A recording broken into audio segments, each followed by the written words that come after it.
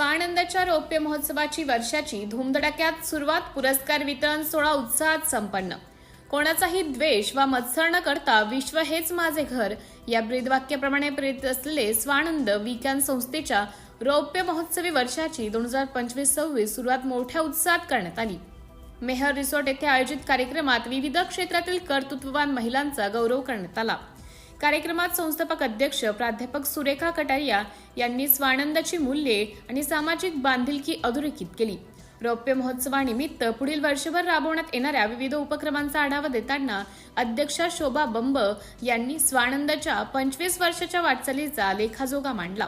स्वानंद संस्थेने या कालावधीत महिलांना नेतृत्वासाठी सक्षम करण्याचं कार्य केलं असून स्वचा विकास सर्वांचा विकास हा एकमेव उद्देश ठेवल्याचं नमूद करण्यात आले.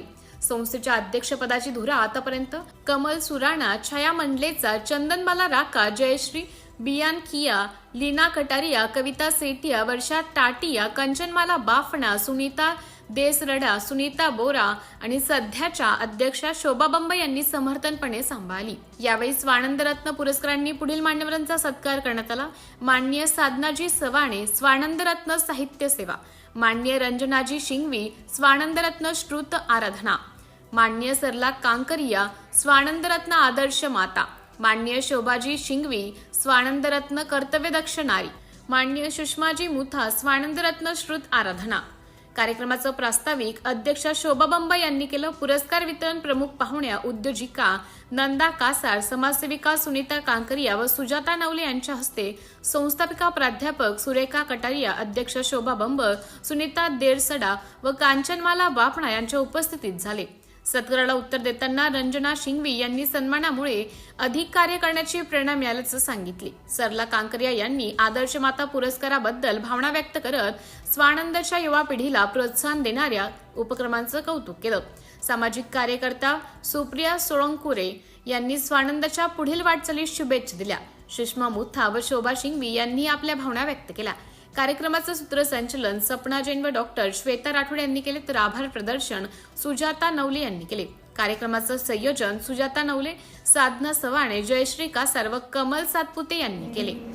स्पिरिच्युअलिटी, तुमचं रिलिजियसनेस, तुमची आध्यात्मिकता तुमच्या मुलांमध्ये, तुमच्यामध्ये, घरामध्ये, परिवारामध्ये, समाजामध्ये, देशामध्ये राहत नाही, वाढत नाही, मनामध्ये रुजत नाही, तोपर्यंत तिथे शांतता नाही.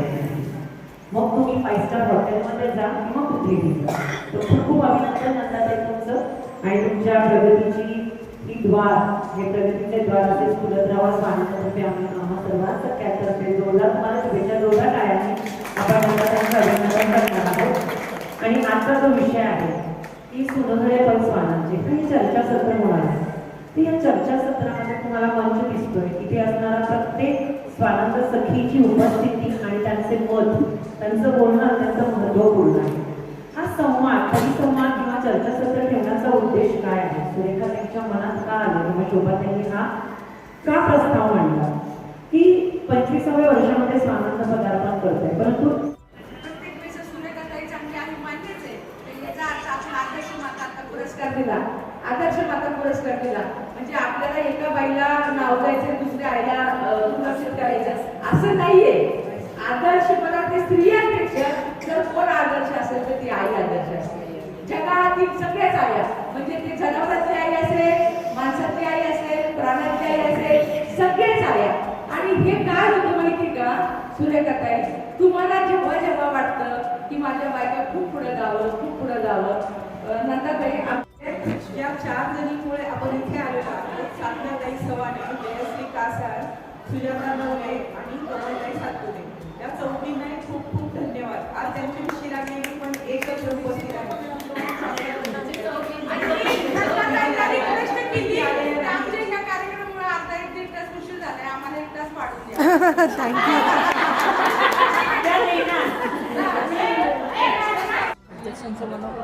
आहे ना आता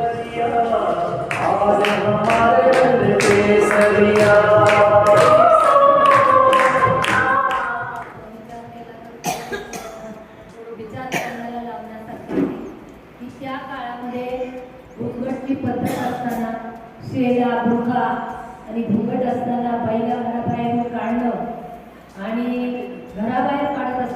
आणि रांजणगाव गणपतीमध्ये रांजणी एवढ्या घुंगटमध्ये आणि अतिशय आर्थिक सुबत्ता नसताना सुद्धा फक्त शिकण्याची एक उमेद होती. आणि मग घरी बसून 10 वर्ष घरी बसून घुमटामध्ये काही मी अभ्यास केला. या सगळ्यांना माहिती आहे, तुमच्याच माहितीसाठी सांगते. आणि मी चिंचवडला आले की माझ्या मिस्टरांची अर्थात श्रीमानजीची प्राध्यापकाची नोकरी आणि ती एक जमेची बाजू धरून मी विचार केला की सुरेखा याला एकच उपाय की शिक्षण. मग शिक्षण मी जसं घेतलं, मग 12वी केली, 10वी 12वी BA MA BEd BCM असं वेगवेगळे कोर्सेस घेत पुढे शिकत राहिले. 1200 विद्यार्थी आम्ही लातूर उस्मानाबादचा भूकंप झाला आणि मी 1200 विद्यार्थी भारतीय जैन संघटनेने कुठे आणले, पिंपरी चिंचवडला. आणि 1200 विद्यार्थ्यांची मातृत्व करण्याचं संधी मला मिळाली. त्यामुळे कोणाची आई गेली होती, बाप गेले होते, वडील गेले होते. आणि अशा या भारतीय जैन संघटनेमध्ये एक गृहिणीपासून शिक्षकापर्यंतचा प्रवास करत असताना एक सुपरवायझर पासून उपप्राचार्यापर्यंत पोहोचले. मी हे करत असताना मला सारखं मला पुस्तकं वाचण्याचा प्रचंड नाद की पुस्तकं वाचव, पण लक्षात कोण घेतं. आपटेची जी कादंबरी आहे लक्षात कोण घेतं ती वाचली आणि माझं सावित्रीबाई फुलेंना वाचलं. अरे त्यांनी तर किती सहन केला. मग एकच आहे का बाई आर्थिकदृष्ट्या जर सक्षम होत असेल तर बौद्धिकदृष्ट्या सुद्धा ती काय झाली पाहिजे, उत्कृष्ट विचारसरणीची झाली पाहिजे. हाच एक मनाशी विचार करून मी यासाठी सांगते की ती एक महिला एक संस्था आहे. हा विचार करत असताना रंजनाताईंना पहिल्या साहित्य संमेलनाला मी कवी संमेलनामध्ये आमंत्रित केलं होतं पुण्याच्या. त्या तिथं आल्या आणि त्यांनी माझं एकंदरीत सगळं बघितलं, वावरणं फिरणं एकंदरीत सगळं हँडल करणं. मग याच्या ह्या सगळ्या साक्षीदार आहे. आणि त्या पहिल्या साहित्य संमेलनामध्ये त्यांनी माझी चुनूक बघितली आणि त्या 2013 मध्ये आमच्या इथं महावीर जयंती होती, आम्ही साजरी केली होती.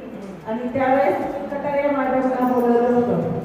तर महावीर जयंतीच्या वेळेस मी माझं मनोगत व्यक्त केलं.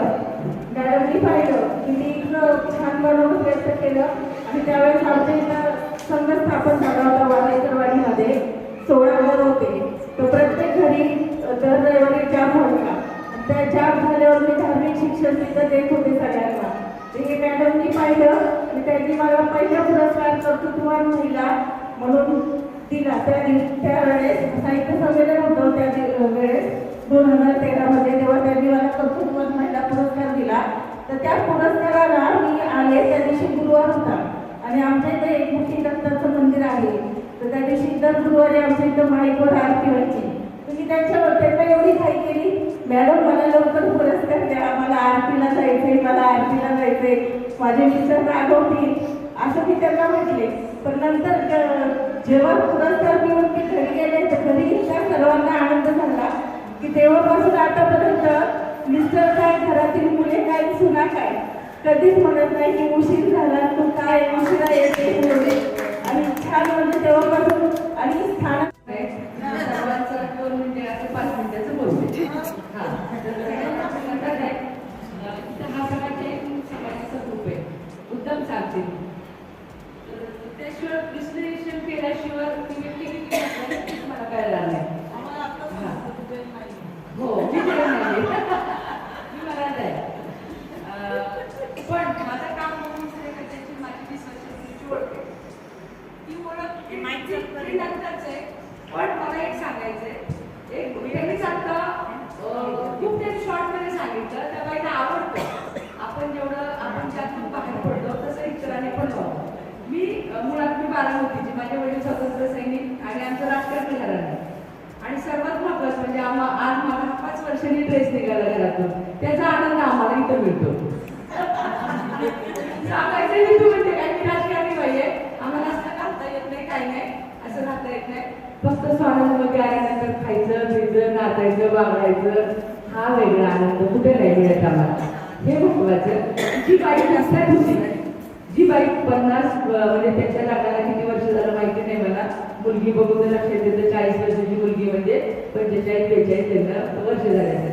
त्या काळात राजनगाव सारख्या एका खेड्यात बुद्धची बाई जेव्हा शहरात येते, तिचा नवरा शिक्षक आहे आणि त्यांनी जेव्हा त्या मी अगदी साधी भाषा म्हणून का सांगते की तुम्हाला वाटत असेल बाई चांगली दिसते, कटिंग बिटिंग आहे, साडी आहे, हे कटिंग बिटिंग ड्रेस हे आत्ता आले. पण जी बाई भुक्यात होती, भुक्यातून येऊन शिक्षण घेऊन समाजाला कुटुंबाला मोठं केलं, तिच्यावर दीर होते, त्या नंदा होत्या, सासू सासरे होते, आत्ता सासू सासरे वाढले, एवढ्या सगळ्यांचं करत असताना जेव्हा ती समाजातल्या कुटुंबातल्या महिलांना त्या भुक्यातून बाहेर काढते तेव्हा ती बाई मोठीच असते.